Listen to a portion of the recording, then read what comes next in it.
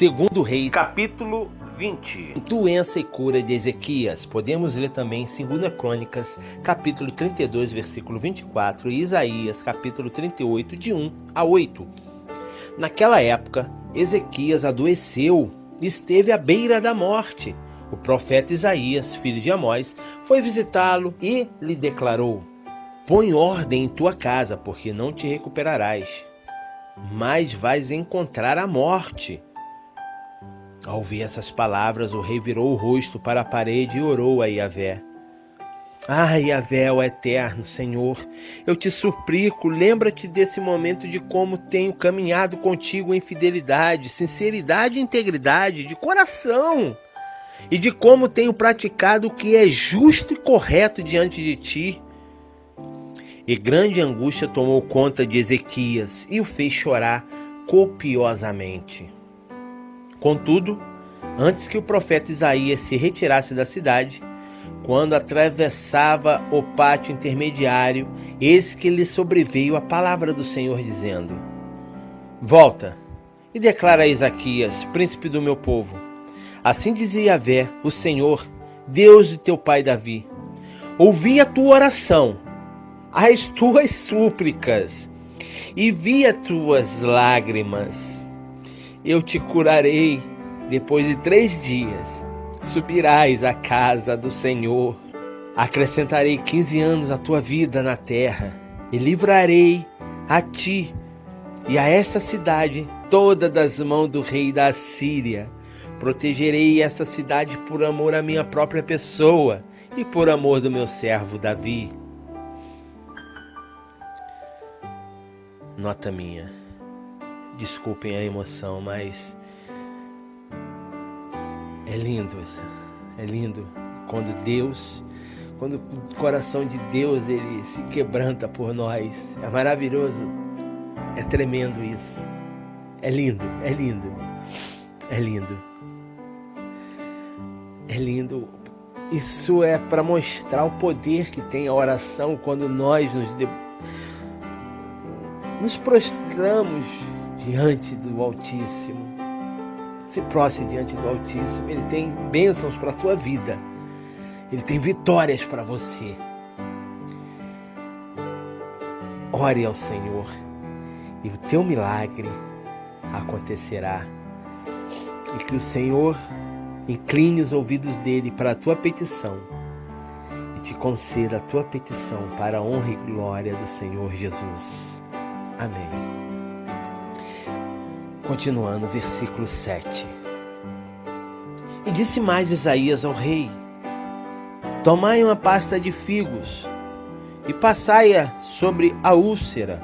Em seguida, um emplasto foi aplicado às feridas e ele ficou curado.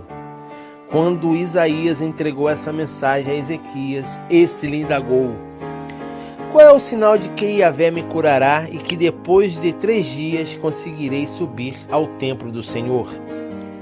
Ao que prontamente lhe asseverou Isaías: este, pois, será o sinal de Yahvé, de que cumprirá o que prometeu.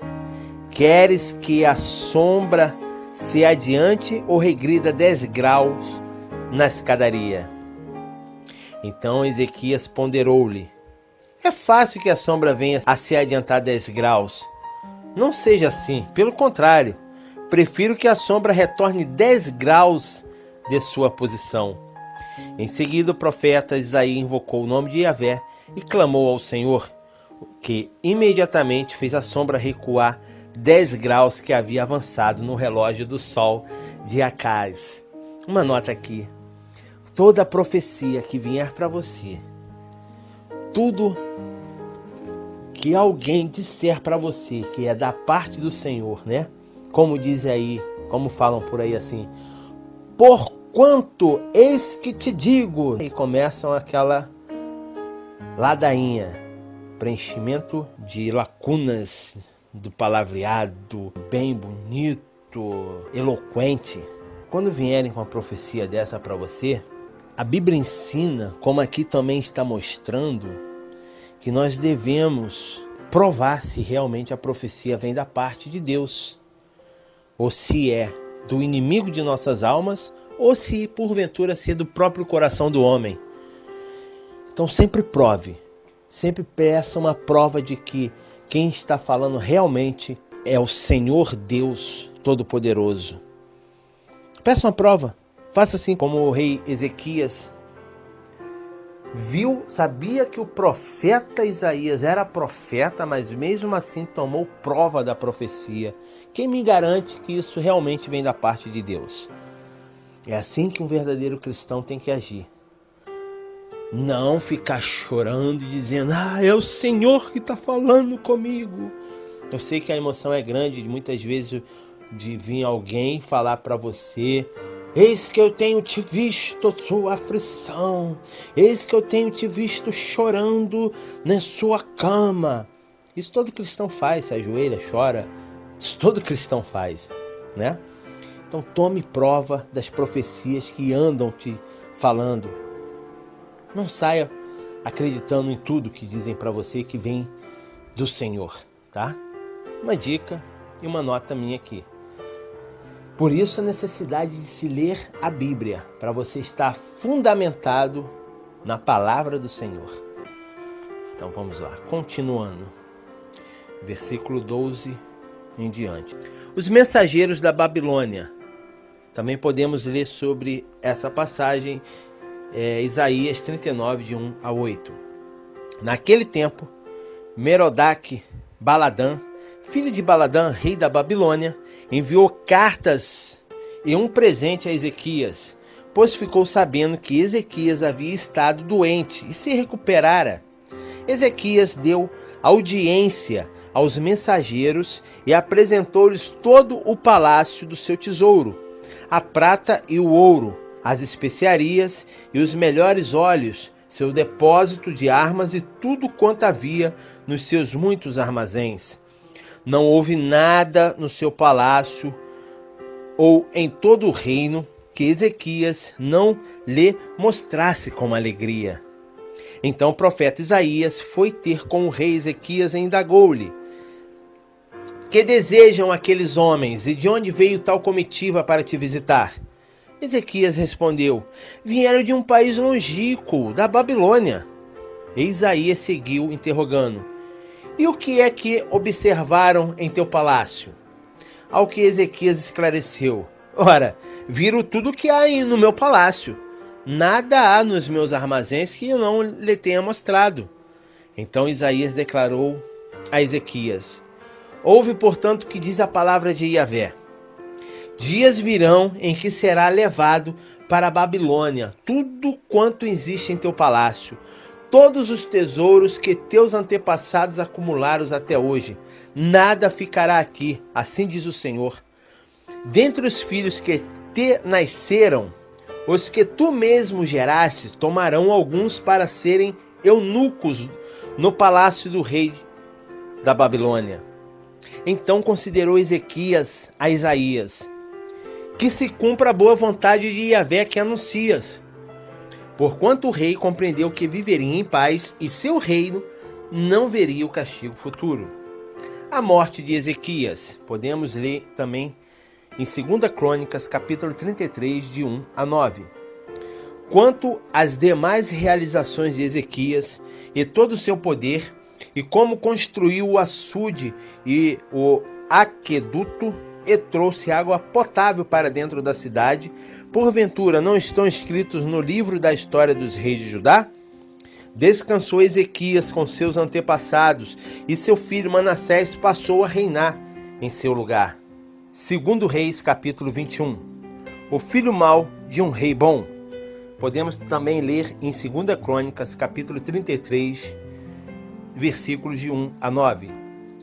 Tinha Menaxe, que é Manassés, 12 anos de idade quando iniciou seu reinado e governou 55 anos em Jerusalém. Sua mãe chamava-se Efzibá, que quer dizer Evzibá. Fez Manassés o que era mal perante Yahvé, seguindo a prática abominável das nações pagãs que o Senhor havia expulsado da presença do povo de Israel. pois voltou a edificar os altares das colinas que seu pai Ezequias tinha posto abaixo. E mais, Manassés ergueu altares ao deus Baal, mandou construir um poste ídolo como o que Acabe, rei de Israel, tinha feito, e adorou todo o exército do céu e lhe prestou culto. Levantou altares na casa de Iavé, da qual o próprio Senhor havia declarado: em Jerusalém estabelecerei o meu nome. Da mesma forma, edificou altares em homenagem e culto aos astros e a todo o exército dos céus nos dois pátios do templo do Senhor. E queimou seu próprio filho como holocausto e sacrifício às divindades que cultuava. Praticou adivinhações pelas nuvens, dedicou-se à feitiçaria e recorreu a médiuns e a todo aquele que dizia consultar espíritos. Assim, fez tudo quanto Deus reprova e por isso provocou a ira do Senhor. Manassés ainda tomou o poste sagrado que havia feito e o colocou na casa de Iavé, sobre o qual o Senhor havia dito expressamente a Davi e a seu filho Salomão: neste templo e em Jerusalém que escolhi, dentre todas as tribos de Israel, estabelecerei o meu nome para sempre. Não permitirei mais que os pés dos filhos de Israel caminhem sem rumo nesta terra que entreguei a seus pais, contanto que tenham cuidado de viver e observar tudo o que lhes ordenei, e de acordo com toda a Torá, a lei que meu servo Moisés lhes ordenou. Entretanto, o povo não deu ouvidos à palavra. Uma nota, frisei bem aqui para que todos possam entender o quanto a palavra é importante. Então nós devemos ler a palavra. Por isso estamos com esse propósito de ler a Bíblia em 365 dias, e quando chegar ao seu término, não pense você que acabou não, tá? É para voltar, ler, degustar, pesquisar, conhecer mais o Senhor. Você tem que dar ouvidos à palavra. Porque é a palavra que cura, é a palavra que liberta, é a palavra que salva. Continuando. E se deixaram ser induzidos por Manassés ao erro e ao pecado, de tal modo que fizeram muito pior do que as nações pagãs que o Senhor havia exterminado diante dos olhos dos israelitas. Então Iavé sentenciou por intermédio de seus servos os profetas: Manassés, rei de Judá, praticou essas abominações, fazendo pior do que tudo quanto fizeram os amorreus que o antecederam, e também levou Judá a pecar ao cultuar os seus ídolos. Por esse motivo, assim declara Iavé, o Senhor Deus de Israel: eis que enviarei um castigo tão severo sobre Jerusalém e Judá, que ambos os ouvidos de todos que escutarem retinirão. Estenderei sobre Jerusalém o fio de medir utilizado contra Samaria e o fio de prumo usado contra a família de Acabe. Limparei Jerusalém como se limpa um prato, lavando-o e virando de cabeça para baixo. Desprezarei os restos da minha herança, entregá-lo-eis nas mãos de seus inimigos, e eles servirão de presa e de espólio a todos os seus inimigos. Porquanto praticaram o que é reprovável aos meus olhos, e tem me deixado irado desde o tempo em que os antepassados deles saíram do Egito até os dias de hoje.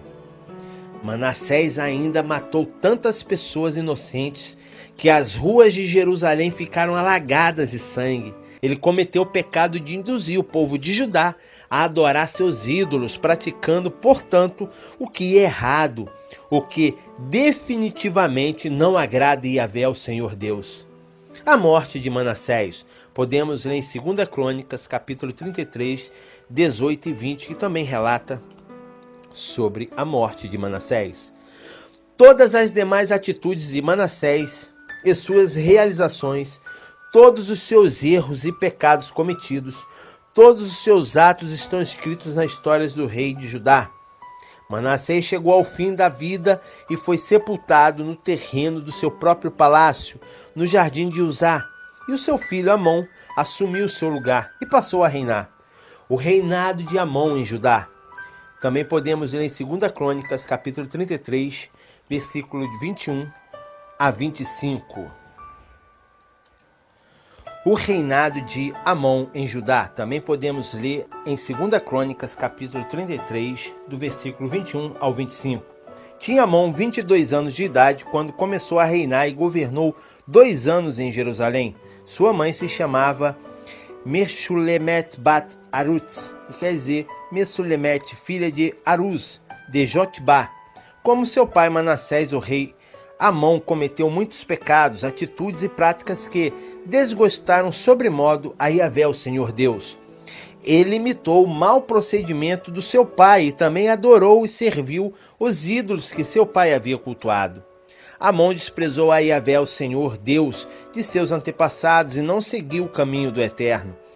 Entre mentes, os próprios oficiais de Amon conspiraram contra ele e o assassinaram em seu palácio.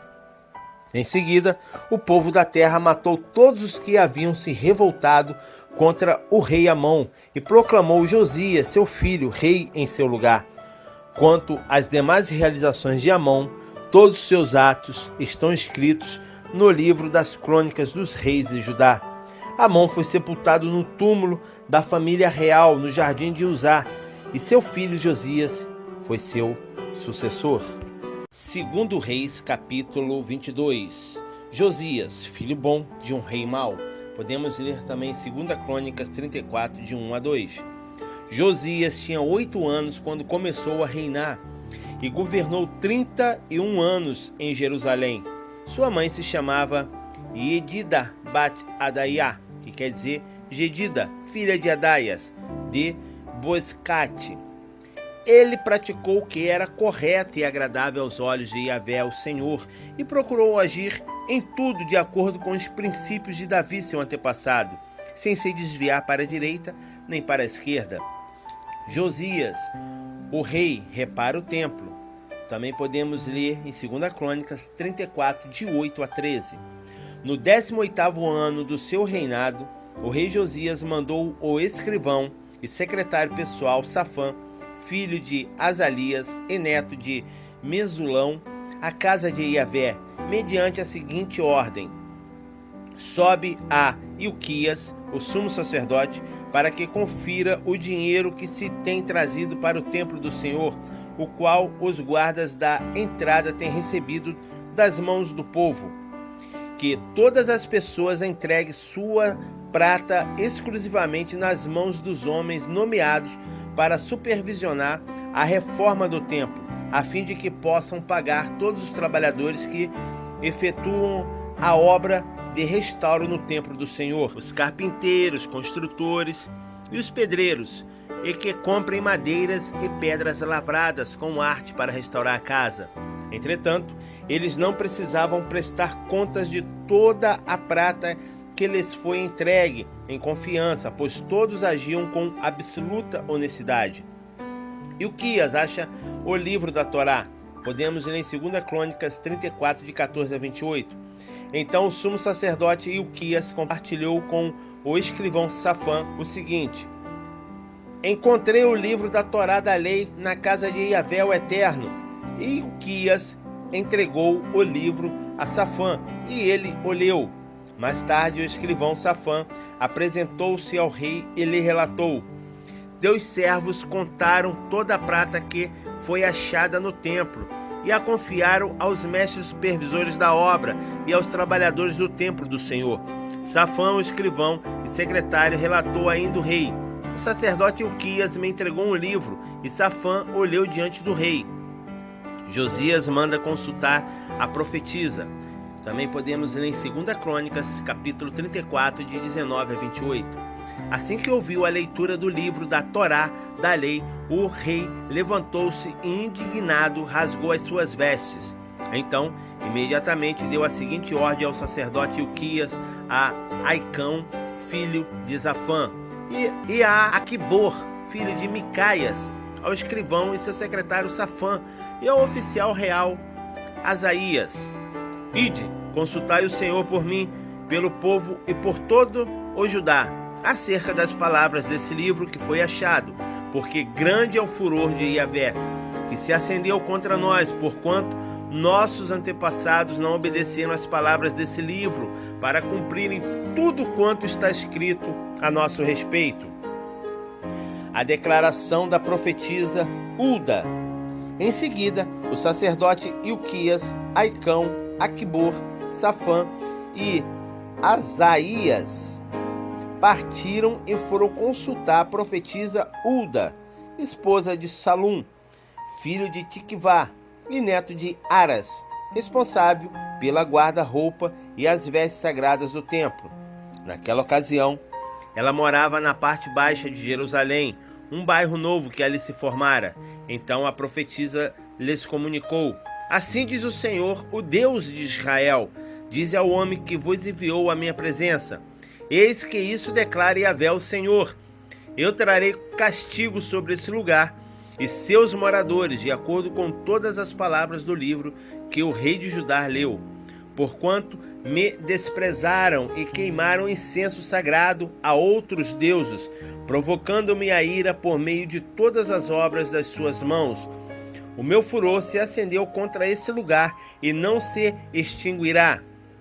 E direis mais ao rei de Judá, que vos mandou para consultar o Senhor: Assim diz Yahvé, o Senhor Deus de Israel: Quanto às palavras que ouviste, porque teu coração se moveu e te humilhaste na presença do Senhor, assim que ouviste o que declarei contra este lugar e seus habitantes, isto é que se transformaria em escombros, destruição e maldição, e indignado rasgaste as vestes, pranteando teu arrependimento diante da minha pessoa. Também eu te ouvi, diz Yahvé o Senhor, por isso eu te recolherei para junto de teus antepassados e encontrarás descanso e paz em tua sepultura, e os teus olhos não contemplarão o severo castigo que enviarei sobre esse povo e lugar. Logo em seguida, aqueles emissários deram início à viagem de volta, levando a resposta ao rei.